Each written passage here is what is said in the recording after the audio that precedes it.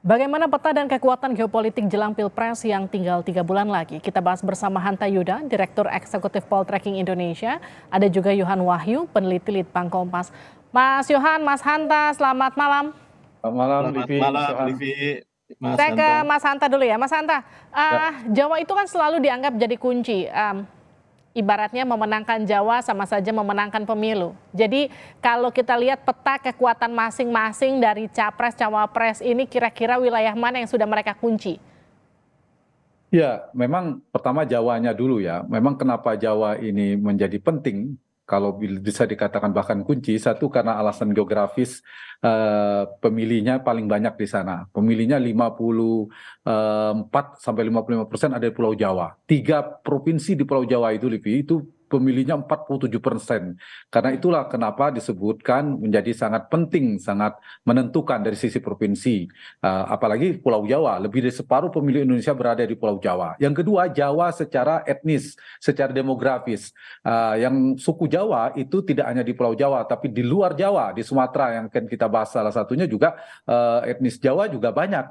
Jadi suku terbesar di Indonesia juga Jawa, lebih dari 40% yang terrepresentasikan adalah suku Jawa. Lalu Sunda yang juga berada di Pulau Jawa, di Jawa Barat dan Banten sebagian besar. Itu kisaran 13 sampai 15%. Itulah sebabnya disebutkan menjadi penting siapa yang bisa menguasai 2 di antara 3 Pulau Jawa menang, biasanya pemenang dalam Pilpres. Pengalaman sebelumnya Pak Jokowi, Pak SBY itu selalu begitu. Nah, kalau saya ingin menjawab pertanyaan Divi tadi, ya memang kalau dari sisi Jawa Tengah per hari ini masih tinggi Mas Ganjar, meskipun ada tren pergeseran setelah Prabowo mengambil wakilnya Gibran, Mas Hmm, Gibran. Nah, di situ ada pergeseran, memang ada penguatan di pasangan Prabowo Gibran, tapi tetap unggul Ganjar di sana. Kalau di Jawa Timur, memang ini sangat Jawa Barat dulu ya mungkin untuk membanding. Dulu itu ada basisnya Prabowo. hmm. Nah, tetap Prabowo masih unggul di sana, tapi ada juga pergeseran migrasi pemilih sama dengan Jawa Tengah. Ini pergeserannya sebaliknya. Kalau di Jawa Tengah Prabowo bertambah, di Jawa Barat itu sebaliknya ada tren sedikit penurunan bergeser ke pemilih Anies Baswedan. Itu yang di Jawa Barat. Sehingga di Jawa Timur, nah ini yang daerah pertarungan Prabowo dan Ganjar relatif masih sama-sama kuat. Sehingga dari 3 provinsi ini sebenarnya belum ada satupun kandidat pasangan yang bisa mengunci kemenangan secara mutlak. Atau kata lain saya memprediksi sulit bagi pasangan di Pilpres 2024 untuk mendapatkan kemenangan yang lebih dominan mutlak seperti pemilu 2019 yang lalu. Kenapa? Karena tripolar bukan bipolar, kandidatnya banyak. Yang kedua seperti saya katakan tadi ada pola pergeseran pemilih. Kalau di Jawa Tengah kita ingat Pak Jokowi kan 77,2%, Hmm, di Jawa Barat Pak Prabowo sampai 60%, di Jawa ya. Timur Pak Jokowi sampai 67%. Kemenangannya tebal. Nah, sepertinya saya melihat sulit bagi kandidat ini untuk mendapatkan perolehan sampai 60%. Sehingga Jawa menurut saya relatif menjadi kunci kemenangan karena faktor itu tadi lebih mudah juga melakukan proses. Dia lebih homogen tanda petik ya, Hmm, secara suku, kemudian juga pemilihnya secara geografis pendekatan lebih cepat ketimbang oke, Sumatera. Nah, sedikit kita bandingkan dengan Pulau Sumatera. Sumatera itu butuh energi bagi para kandidat. Pertama, bentangan wilayah geografisnya kan sangat luas, oke. beda dengan Jawa. Dan itu butuh energi politik dan biaya politik yang tinggi. Yang kedua, secara etnis lebih heterogen ketimbang Jawa. Di sana ada suku Melayu, ada Batak, ada Minangkabau, termasuk Jawa juga kuat di sana. Sehingga saya kira perlu energi politik yang relatif lebih kuat. Tapi Hmm. kalau ditanya pengaruh Sumatera lumayan setelah Jawa, Sumatera yang bisa menguasai Jawa dan Sumatera dia akan jadi pemenang karena 3/4 pemilih Indonesia itu berada di Pulau Sumatera dan Pulau Jawa. Jawa Oke, itu proporsi DPT-nya 21 sampai 22% Livi. Jadi baik. itu saya kira gambaran secara elektoral. Mas Yohan, inikah Ya. kemudian jadi alasan safari ke Sumatera juga belakangan jadi makin gencar karena pengaruh Sumatera itu kalau tadi Mas Hanta katakan bisa 21 sampai 22% dari sisi elektoral. Jadi mereka merasa bahwa kontestan itu merasa bahwa suara di Pulau Sumatera itu juga sama berpengaruhnya dengan di Pulau Jawa. Itu kenapa kemudian belakangan mereka banyak melakukan aktivitas di sana. Ya tentu dalam proses mobilisasi dukungan itu kan yang disasar adalah mana tempat pemilih itu mengumpul ya. Hmm, Yang Bang Hanta tadi udah jelaskan, pemilih Jawa dan Sumatera ini 3/4-nya, 3/4 bagian pemilih di Indonesia ini di 2 pulau ini ya, Jawa dan Sumatera. Ya otomatis mereka yang jadi sasaran pertama yang akan digarap oleh para kontestan di Pilpres, terutama 3 kontestan ini kan sangat-sangat fokus di 2 pulau ini, Jawa dan Sumatera. Survei Kompas sebenarnya tidak jauh berbeda, meskipun kami di Agustus lalu ya terakhir punya survei, belum ada survei yang terbaru, polanya hampir sama gitu ya. Pak Ganjar memang masih dominan di Agustus itu karena memang posisinya belum ada wakil saat itu, jadi memang Pak Ganjar lebih dominan di Jawa Tengah. Kemudian pada saat Agustus sih Pak Prabowo juga dominan di Jawa Barat, sementara Jawa Timur ini memang belum ada pasangan calon atau sosok capres yang begitu dominan. Hmm. Jadi Jawa memang satu sisi akan menjadi perebutan yang signifikan karena dia akan menentukan siapa yang punya potensi memenangkan pertarungan kontestasi di Pilpres ini. Tapi memang bedanya dengan 2014 dan 2019 karena memang hanya ada 2 pasangan calon, sementara 2024 ini 3 pasangan calon. Ini yang bikin pertarungan lebih ketat gitu, Livi. Ya terutama kalau kita lihat Pak Prabowo dengan mengambil Pak Gibran atau Mas Gibran sebagai representasi Jawa Tengah, di sisi yang lain juga ada upaya untuk kemudian ibaratnya melawan ya dalam tanda kutip dominasi Pak Ganjar di Jawa Tengah. Butuh seseorang yang bisa sedikit banyak mengimbangi Pak Ganjar di Jawa Tengah karena ceruk Jawa Tengah juga besar.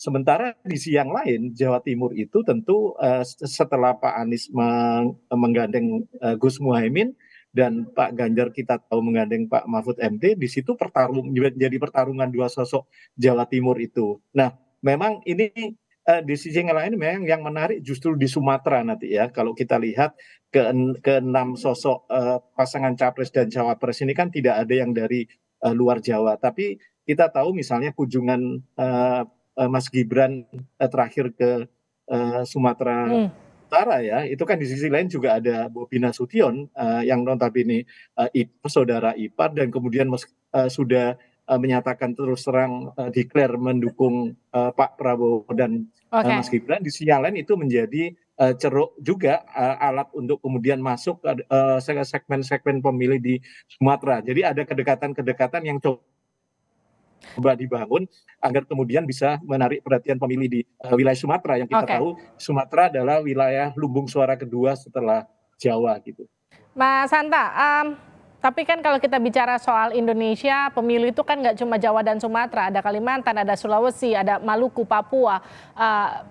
Mungkin memang lumbung suaranya tidak sebesar di Jawa dan juga Sumatera, tapi bagaimana kemudian harusnya suara-suara ini juga ikut diperhitungkan ketika kemudian mereka supaya tidak dianggap sebagai anak tiri atau anak yang tak dianggap karena suaranya memang nggak sebesar di Jawa dan juga Sumatera begitu. Jadi sebenarnya kalau di total nih Kalimantan, Sulawesi, Maluku, Papua itu seberapa besar sih suaranya kalau dibandingkan sama Sumatera dan Jawa?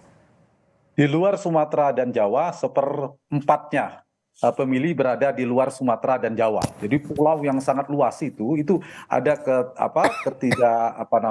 sebaran pemilih dan kewilayahan itu berbanding terbalik lebih. Jadi luasnya wilayah Indonesia sangat luas ya. Pulau Kalimantan itu pulau terbesar, lalu Papua, kemudian pulau yang Sumatera. Nah, kita perhatikan jangkauannya itu kan sangat luas sekali satu sisi. Sementara pemilih hanya 1/4 berada di sana. Saya lihat dari sisi elektoral dulu. Nah, ini yang membuat mungkin dianggap kurang seksi. Tapi dari sisi kalau misalnya peta kompetisinya sangat kompetitif, maka wilayah manapun menjadi penting. Papua menjadi penting, kemenangan di Sulawesi menjadi penting, karena kalau selisihnya ternyata kurang dari 3%, maka semua daerah tidak ada yang menjadi tidak penting, semuanya menjadi penting. Ini dari sisi elektoral. Tapi dari sisi fokus para kandidat, saya setuju tadi poin dari Vivi tadi bahwa semuanya harusnya menjadikan ya harus Indonesia sentris lah, tidak boleh hanya kalau istilahnya Pak Jokowi begitu kan membangun semuanya tidak hanya di Pulau Jawa dan seterusnya. Nah, ini tapi kalau bicara realistis pendekatan para kandidat, kita perhatikan memang sangat fokus di daerah-daerah yang saya katakan tadi. Coba kita bandingkan saja. Satu provinsi namanya Jawa Barat. Daerahnya 27 kabupaten kota.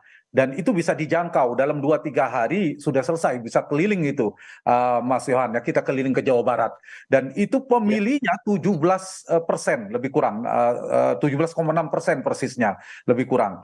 Bayangkan, sementara harus berkeliling ke Pulau Sumatera, Pulau Kalimantan, ke Pulau Papua dan seterusnya, itu pemilihnya sekitar hanya berapa persen. Nah, Sumatera menurut saya juga kalau kita perhatikan betul ada 10 provinsi ya, 10 provinsi, itu pun kalau kita perhatikan hanya 3 provinsi kunci. Lebih dari separuh pemilih di Pulau Sumatera itu berada di 3 provinsi, yaitu yaitu Sumatera Utara, Lampung, dan Sumatera Selatan. Jadi kuncinya di sana lagi. Kalau dibedah lagi, orang Jawa banyak di sana. Yang suku Jawa banyak di Sumatera Utara, banyak di Lampung dan seterusnya. Itu yang menyebabkan mereka selalu menjadikan pendekatan ini ya, pendekatan sosiologis pemilih-pemilih Jawa dan seterusnya. Nah, tetapi saya mengatakan bahwa kalau fokus misalnya tentang kebijakan, kalau terpilih kampanyenya besok, maka harus memperhatikan seluruh wilayah, seluruhnya menjadi penting, menjadi pengaruh. Dan pendekatan waktu dengan 3 bulan ini misalnya, Livi, tadi dia melakukan safari politik itu paling gampang di Jawa. Kedua di Sumatera, itu berat di daerah-daerah yang lainnya karena secara bentangan geografisnya tadi. Tapi apapun saya katakan tadi, kalau ternyata selisih atau marginnya tidak terlalu jauh, apalagi rebutan akan masuk putaran kedua, maka tidak hanya Jawa, bahkan tidak hanya Sumatera, tapi Kalimantan penting, Maluku penting, Papua juga penting, karena selisih itu menentukan siapa yang akan masuk di putaran kedua. Baik, Mas Yohan, kalau kita bicara soal hasil survei karena masa kampanyenya singkat, kemudian sejumlah lembaga survei juga sudah mulai merilis hasil survei belakangan ini, biasanya dengan rentang waktu kampanye sampai ke pemilihan itu hasil survei akan stabil tuh di waktu ke kapan begitu? Ya, sebenarnya 3 bulan itu kalau dihitung secara matematik kan 90 hari ya, artinya juga masih ada rentang waktu yang sangat bisa terjadi, apapun bisa terjadi gitu ya. Kalau banyak kemudian banyak analis yang mengatakan ketika situasinya sehari ini tuh sama terjadi 90 hari ke depan, kayaknya memang tidak akan terjadi lonjakan apa-apa. Tapi jangan lupa semua kontestan ini tidak diam gitu ya, pasti akan berbagai cara melakukan strategi untuk melakukan pendekatan penetrasi. Dan tentu saya pikir tidak hanya Jawa Sumatera ya, di syarat kemenangan itu ada persebaran, Livi. Jadi ada persebaran kemenangan yang kemudian misalnya 50% dia menang di seluruh provinsi di Indonesia, minimal 50% provinsi dia menang. Kemudian di dalam provinsi itu minimal 50 kabupaten kota. Jadi ada syarat persebaran yang memang tidak bisa dipandang sebelah mata, bahwa persebaran itu tetap penting. Artinya Jawa dan Sumatera secara porsi pemilih dia besar karena itu lebih seksi untuk digarap dalam proses kemenangan. Tapi secara politis persebaran kemenangan itu tetap harus jadi hitungan. Itu yang kemudian menjadi syarat kemenangan capres dan cawapres nanti. Terima kasih Mas Yohan, terima kasih Mas Hanta sudah bergabung bersama kami di Sapa Indonesia Malam. Terima kasih. Terima kasih.